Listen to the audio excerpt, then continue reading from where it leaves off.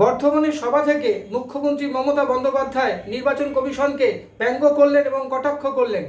নির্বাচন কমিশন ইদানিং যে কাজকর্মগুলো করছেন তাতে তাদের নিরপেক্ষতা নিয়ে প্রশ্ন উঠেছে। এর আগেও অনেকবার তাদের এসআইআর নিয়ে বা আরও অন্যান্য পদক্ষেপ নিয়ে অনেক প্রশ্ন উঠেছে।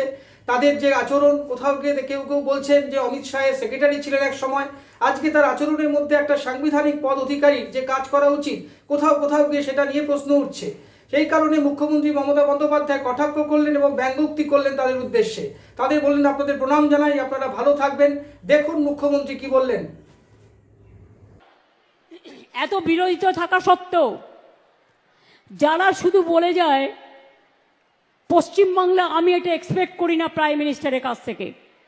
আমি তার চেয়ারকে সম্মান করি, কিন্তু আমি যেমন তার চেয়ারকে সম্মান করি তারও উচিত আমাদের চেয়ারগুলোকে সম্মান করা। কেন বলবেন বাংলায় সব চোর তাই আমি টাকা বন্ধ করেছি? উত্তরপ্রদেশ সবচেয়ে বড় চোর, মহারাষ্ট্রের আপনার ডাবল ইঞ্জিন সবচেয়ে বড় চোর, বিহারের ডাবল ইঞ্জিন সবচেয়ে বড় চোর। আগে চোরদের দিকে তাকিয়ে দেখুন, বাংলাকে অসম্মান করার জন্য কটা টিম পাঠিয়েছিলেন চিফ সেক্রেটারি? 186টা টিম পাঠিয়েছিল। Can you imagine? কিছু জায়গায় দেখুন, সব পঞ্চায়েত তো আমাদের নয়, নানা দলের আছে। পঞ্চায়েত কখনো একটা পার্টির হয় না। এমএলএ যেমন ওদেরও অনেকগুলো আছে, এমপিও আছে। ডেমোক্রেসিতে সব রাজনৈতিক দলই থাকে। কিছু প্রবলেম হয়েছিল, আমাদের কাছে প্রশ্ন করা হয়েছিল, তার জন্য 186টা টিম পাঠানো হয়েছিল। আপনারা নাম্বার কাটছেন আর বাংলাকে চোর বলছেন। চোরের গদ্দারদের নিয়ে আপনারা মিটিং করছেন আর আপনারা বাংলাকে চোর বলছেন। লজ্জা করে না? লজ্জা, ঘৃণা, ভয় তিন থাকতে নয়, একটা কান না কাটা থাকলে আর একটা কান কাটার ভয় থাকে। এদের দুটো কানই কাটা, তাই কান কাটার কোনো ভয় নেই। জিজ্ঞেস করুন না, একবার ভেবেছেন এই যে আপনি বারবার আসছেন ইলেকশনের আগে, ঠিক পরিযায়ী পাখির মতো ইলেকশন আসলেই আপনারা রোজ আসেন। আমি চাই 365 দিনই আসুন।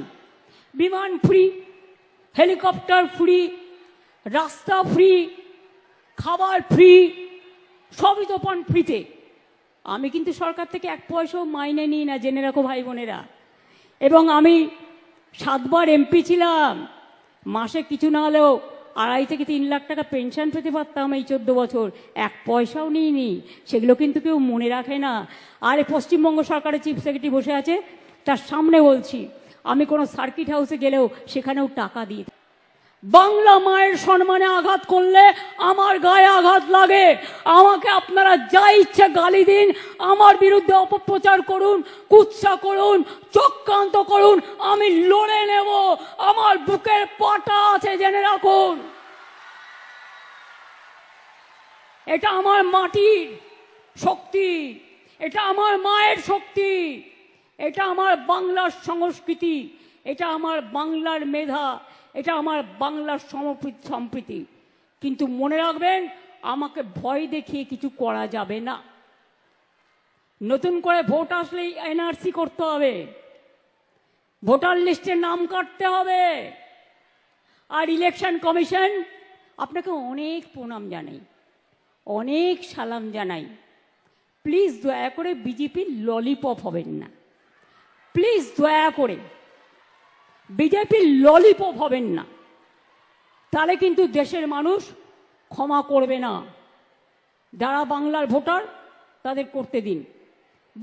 আমাদের ভিডিও ভালো লাগলে লাইক ও শেয়ার করুন, কমেন্ট সেকশনে গিয়ে জানান আপনাদের মতামত।